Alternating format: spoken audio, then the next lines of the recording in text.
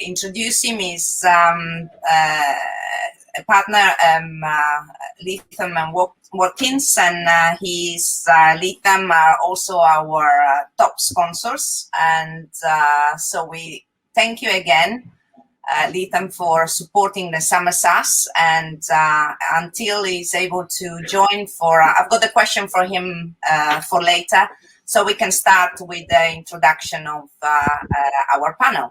And Olga will be joining us shortly. So we always, we know that venture debt is a relatively new product in the ecosystem, even though it's been around for quite a long time.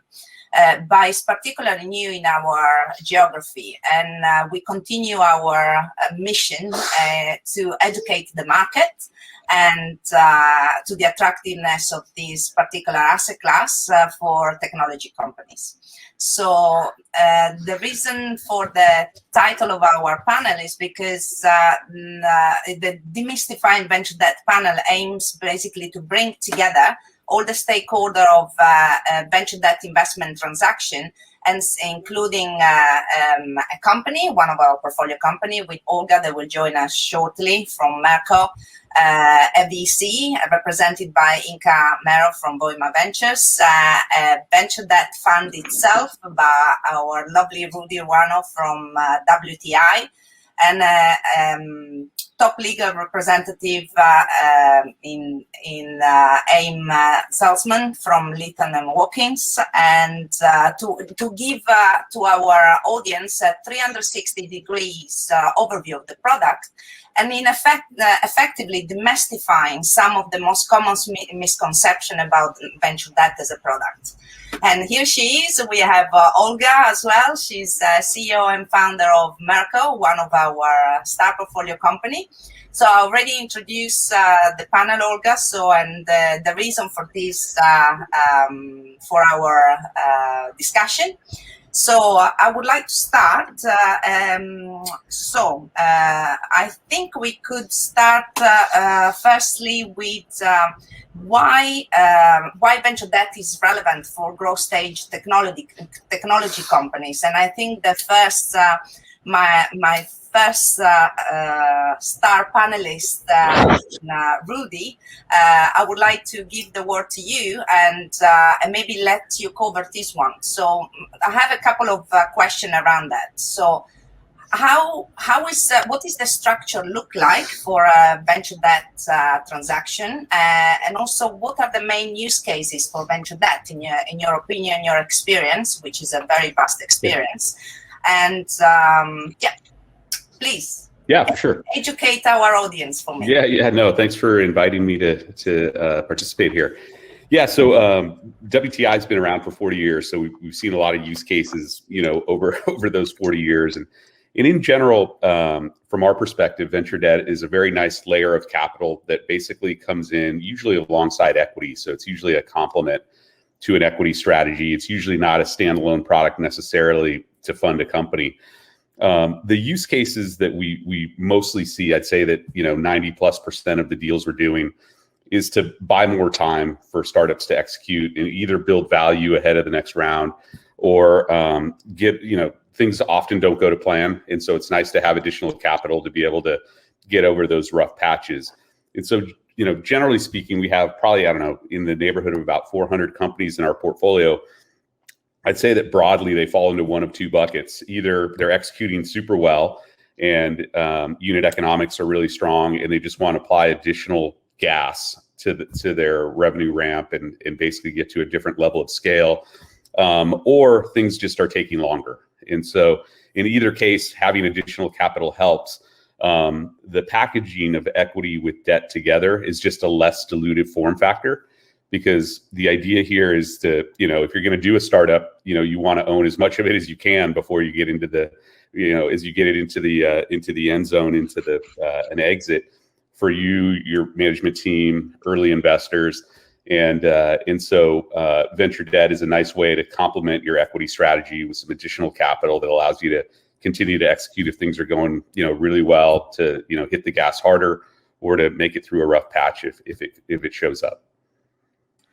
Yeah, I couldn't agree more. And actually, a personal question from me: where do you see, from a founder's perspective, that they start feeling more sensitive to the dilution? I know that this is kind of a broad question because the seed stage investors in different geography, they tend to be more or less aggressive, but as kind of as a norm, when do you? Where does the sensitivity really start?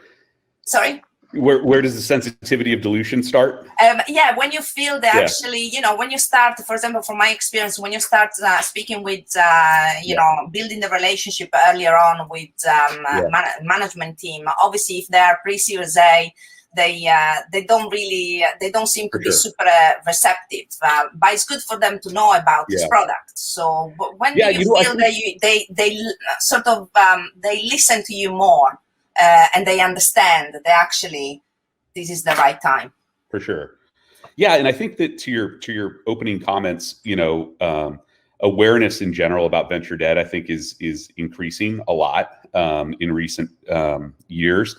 And I think the sensitivity around dilution, at least from what we're seeing, happens at the very earliest stages of a company's formation. Because, if you think about it, the most expensive equity you're going to sell is, in the early rounds, for sure. And, in those cases, really the question around venture debt, I think for early stage, is to make sure that you take it in proportion and that there's, not an overload of debt early in a company's life. But the sensitivity of kind of dilution and really understanding, how you could, own, significantly more of your companies as you progress through seed stage, Series A, B, C, D, into the growth stages with bigger rounds. The sensitivity these days, for sure, in the later stage, given the availability of capital and kind of where valuations are, sometimes equity is close to free from the perspective of dilution because it's very, very small on these multi-billion-dollar type valuations in the private markets. And so I'd say, if anything, it feels like it's shifting to sensitivity at the early stage around dilution because it's very expensive. But at the later stages, less so. And the nice thing about equity is you don't, it's not a debt product. It doesn't sit on your balance sheet. You don't have to pay it back. And so, we're counseling all our companies to basically raise, as much equity, as you can. We can complement that equity with additional capital to lever it up. But that for the most part, times are good to be an entrepreneur and might as well buy yourself as much optionality as possible. So that's where we are. Yeah, I totally agree. And I think you said one word that I use very often when I educate the market, and is complement. So I always seen venture debt as a complement to equity, and there are certain situations where it should be used, as we know, and a certain way it doesn't make sense. So complement is the key word. And I also, before I jump to the next question, I would like to encourage our audience to put on questions that we can put to our panel. That would be to make it a little bit more interactive, as we can't do it with a glass of wine. Well, it'd be a bit too early for a glass of wine, but cup of coffee in person. So please, well, 5 in the morning here, so I have my coffee. Yeah, I don't know where I put my espresso, but here you go. So don't be shy, fire out question. We're here to answer all the questions you might give us as honestly and transparently as we can. So let's move now to our Olga. So Olga, as I said earlier, she's the CEO and founder of Merco. And Olga, you are already you're the CEO of a company that has already raised venture debt. So you have been well educated on the product, and it would be very interesting to hear your perspective of why you decided to go with that capital, and what would be your advice to other CEOs who are contemplating that venture debt raise. Yeah, thank you. Very nice meeting you all. Thanks again for inviting me. I think I would put it this way. So the reason number one to raise, so I think there are certain times in the company life when raising venture debt makes more sense. than in other situations. So for example, between rounds, when you either as Rudy mentioned, if you see that it takes a bit longer than you originally anticipated, or you see that certain traction and certain events are around the corner, and you know that they will happen, and you have, as a founder, typically, on the one hand, you have the positivity bias. On the other hand, you have information asymmetry. You know certain things are happening, right? They just haven't happened yet. And that is often a very good time to raise venture debt because it's non-dilutive capital. You know that it will last you to the certain point of time when raising equity capital will be much, much better for you because you will hit certain KPIs or because your company will grow more or certain things in the market will happen. And that essentially means that you're buying yourself a time without really diluting yourself. So that's really probably the best time to raise venture debt. And I think my advice would be to consider it. There is no such thing whether you have to do it or you should or you should not do it, but you definitely have to consider it. Because I think a lot of the founders don't even think that there is an option, and they don't even think that this option can be a better option than raising a convertible round, for example, before your Series B or before your Series A, or before your Series C. So I think my advice I wouldn't say raise or don't raise. I'm not in a power to give an advice like this, but my advice would be definitely to consider it, particularly in between rounds. And the second thing is, one thing that I found pretty interesting, and when you're about to start raising a bigger round, one thing that you need a network. Because you don't want to start talking to associates. You want to go straight to partners.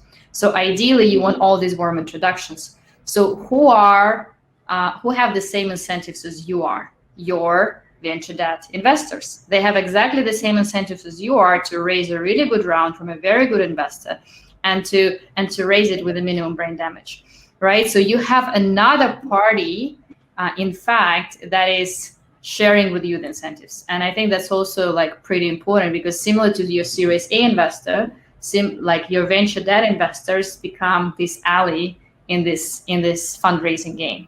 And I think this is often overlooked. And yeah, so that's I think two things that I would find important as a founder. Okay, this is fantastic, Olga. And if I may ask, so what were your main argument to raise venture debt for Merkle? So those and non-dilutive capital, it's a non-dilutive capital combined with a relatively easy process. I wouldn't say it's a very easy process, but it is a relatively easy process, right? So you don't worry about SHA, don't worry about board seats and stuff like that. So it's a bit easier than raising equity round. So I would say these were the two main considerations. And of course, the chemistry, because at the end of the day, people think that, oh, if I'm raising in between that, then I don't care who I'm raising it from, which is not true. You're again raising it for investor. You will have to build a relationship with this investor. So you also need to equally to look at the chemistry. Okay, this is I totally agree with you on that. And also, I think one other thing, but maybe we can go, if we have more time, we can go into it later, is one of the, maybe with Rudy or Inkal later, is one thing that seems to be in some people's mind is that this misconception that raising debt or venture debt in this instance it would prevent them to raise equity investment later on, which, as you said earlier, is actually the opposite, because actually the venture debt, a good venture debt fund would have an incredible network of equity investors that they can really help with the fundraising process. So just a bit conscious of time. So let me just, so we clearly know the venture debt is a tool that allow to raise capital with diminish dilution. It would be very interesting to know to hear a venture capital perspective, and I would like to pass on the word to our Inka. And Inka, given that you represent an early stage investor, how do you believe that venture debt, would you see your portfolio company raise venture debt? So do you see the benefit? It would be really interesting to see how do you see the benefit of venture debt from an equity investor perspective, and which company would you advise to look at venture debt in terms of stages, timing, life cycle, products, and so on? So Donatella, firstly, thanks so much for inviting me, and really nice to meet everyone here. Voima Ventures is a Nordic deep tech fund. We invest into science-originated deep tech companies. So we really work in the hardcore of the venture asset class, in the upper quartile of the riskiest part. So alternative proteins, liquid biopsy, optics, photonics, and all of that. So when it comes to deep tech, I would say that Rudy used the term rough patch, and that's exactly what all the deep tech companies tend to face. And Olga referred to a point that you kind of have asymmetrical information, you know that something is about to happen. So very good points have been said here. So firstly, venture debt is never your only choice. So if you would rely only on venture debt, you would drive yourself to a corner. So you want to maximize your equity raise. But if you are close to a value creation point, I like to talk about a value creation point, your next measurable milestone. It can be a €1 million order from a leading consumer electronics company. It can be a partnership with a big biorefinery to get their side stream to your next protein. It can be something else. And you know that it's coming, but it's just taking a bit longer than expected. And you kind of know what you're doing in the between. In such a case, venture debt is an excellent complement, because basically it might be that your Series A round valuation is 10 million pre or 20 million pre, and after this step, your valuation will be 50 million pre for equity. And in the between, you can so much use the soft money and the bank loans and everything. And here, venture debt can be a great bridge to that next value creation point, but as a complement. There was a discussion around the dilution, and here obviously, of course, investors are wary of dilution as well. And I think venture debt requires a bit of an education due to the fact that there's a bit of this misconception around investors that, okay, they'll come in and they'll take over the company. And that's not actually what's going to happen. What will happen, there is a term sheet, you will negotiate the term sheet. There is never anyone taking control over the company. And you might negotiate steps how you take the money in based on performance or giving you options to go forward. So in a way, it's a mutual win-win. And let's remember, it's not a venture debt business to take over companies. It's rather to make them succeed so they can make a great interest and good payment on their loan. But here, I think obviously different players vary. So my advice to entrepreneurs and investors would be to do their own due diligence on these potential venture debt co-investors very thoroughly. And here, other VC funds, other entrepreneurs who've used the funding is a good instrument.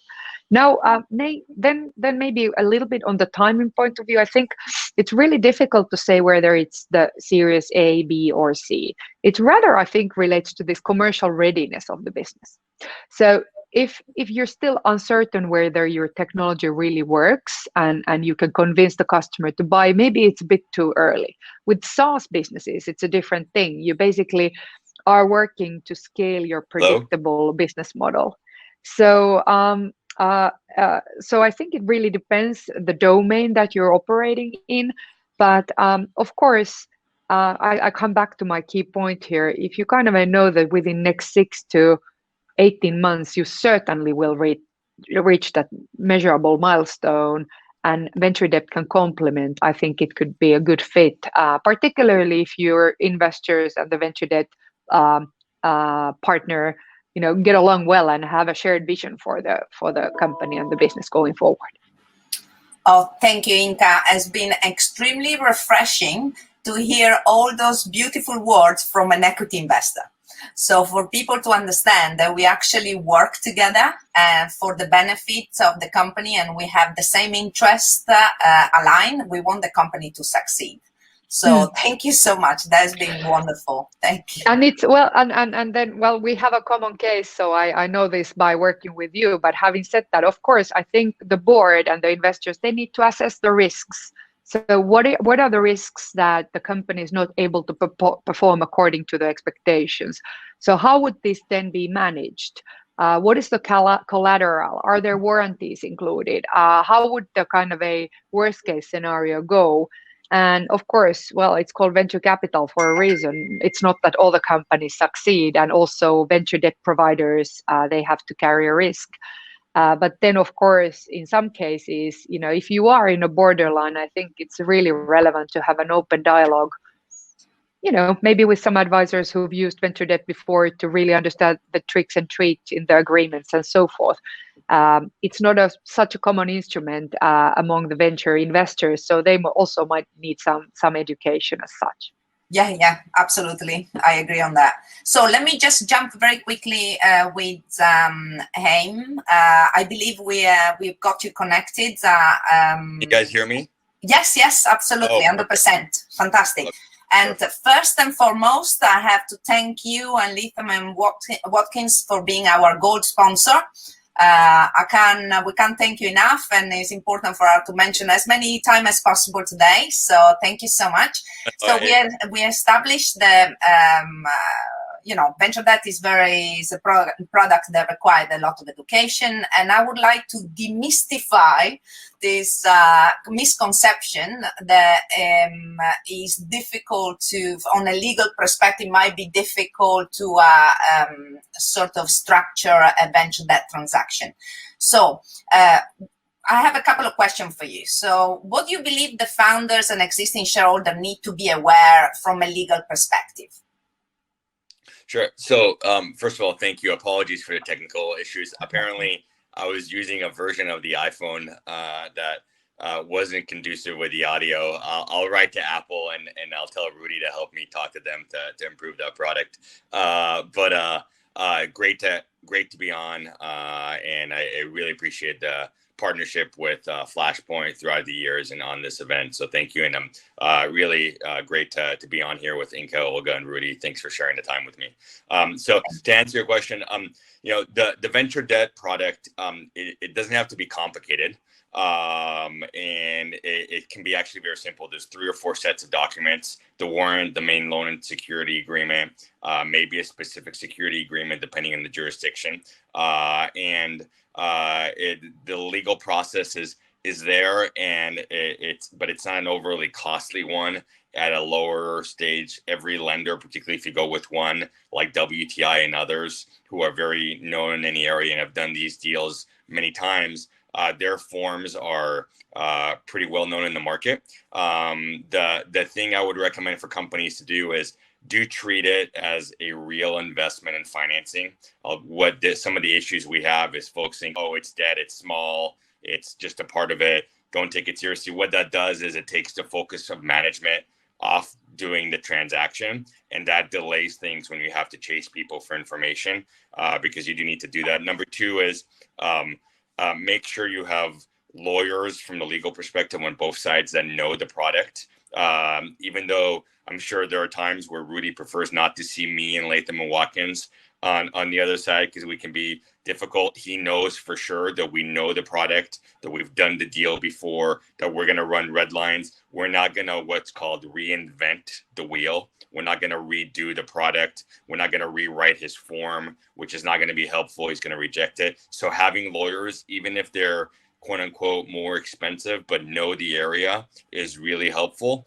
And then, the final thing is that, it's really helpful for management to think of, and I think you guys talked about it earlier and Olga mentioned as well, is that venture debt is debt, but in this area, it is really a part and parcel and part of the strategy of the equity raising process. So you really need to think of it as something that you do as strategically as part of raising, just like you do raising equity. And the reason I mention that is it's become fairly ubiquitous and common to raise venture debt for almost all of our companies. When I started doing this, it was only 20 or 30% of our companies were doing it. Now we have over 90% taking third-party debt by the time we reach their Series D. What that means is when you're in the boardroom, when you're talking about financing, have a strategy of where the debt comes in. Don't just do the equity round and then, oh, I'm going to go out there and look for debt. Think of debt as part of your overall fundraising strategy. If you do those things, know it's a real deal, so you need to pay attention to it. Don't have lawyers and counsel that understand the forms and have seen them before, so they don't reinvent it, and treat it as a major part of your fundraising strategy. If you do those three things as a company, you will really be able to maximize the utility of venture debt in the market. Thank you, Haim. I think you covered pretty much. I had two other questions, but you did cover pretty much what I meant to ask you. There was maybe a little bit more on the difference between venture debt and an equity deal. Sure. And also, let me just agree with you, particularly on the choice of law firm. I mean, you guys have done so many venture deals in different parts of the world, so you're super familiar and experienced. I have to stress what Haim suggestion about being very careful of choosing your legal representative, because I've seen in my career companies that they had to pay legal fees because their lawyer were not familiar with the product and they learn on them. Which to avoid that, I would really stress to listen to Haim advice. And please go ahead about the last question. Thank you. Yeah. 100%. And again, it's folks, it's about the cost, but it's also just about the strategy and getting it right. I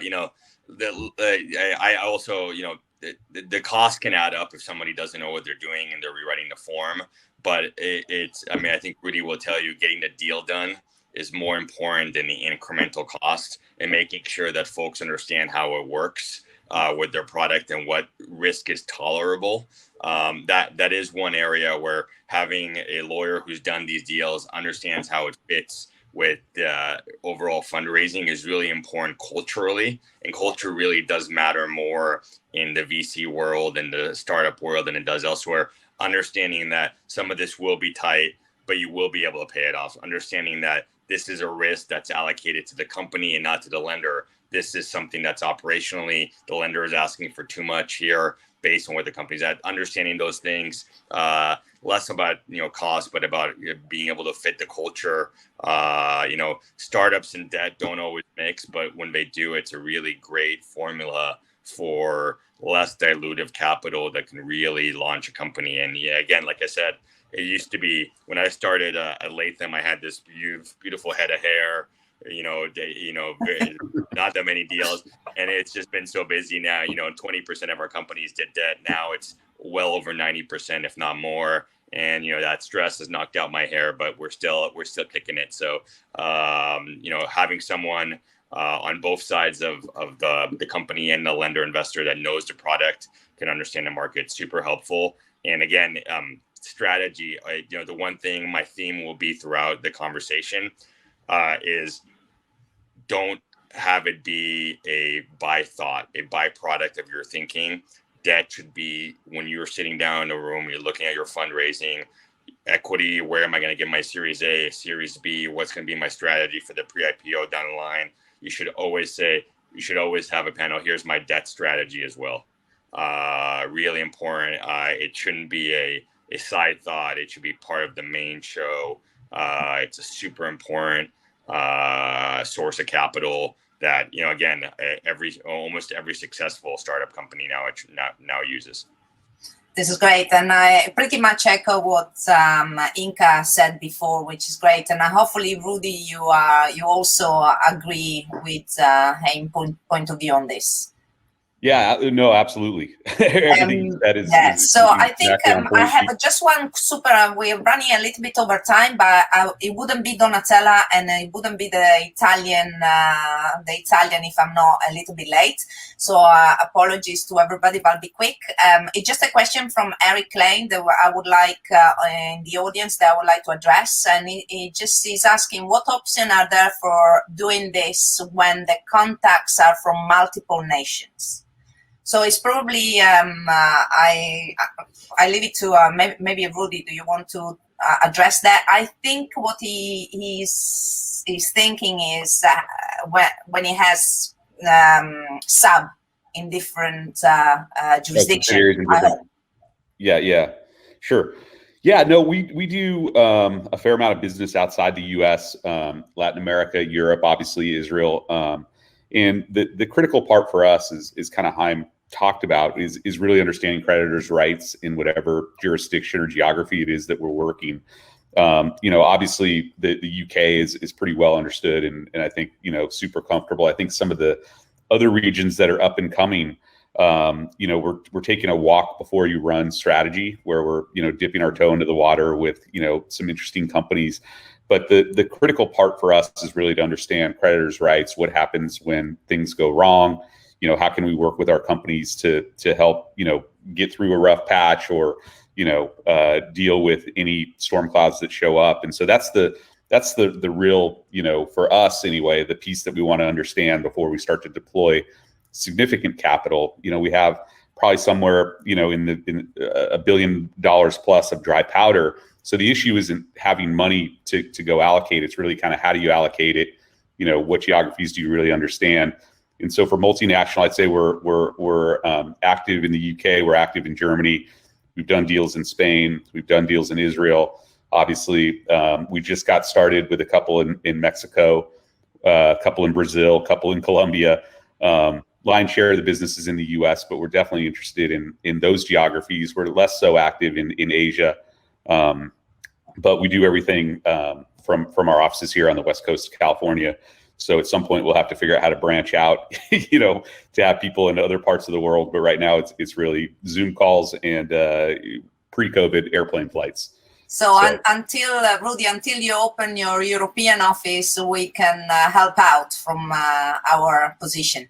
So yeah. I hope, okay, Eric said thank you. So I guess we answer his question. And also let me stress to the audience that if you have any question for our wonderful panelists, just reach out, feel free to reach out to me if you don't find directly their contact details, and I'm gonna put you in contact by any means.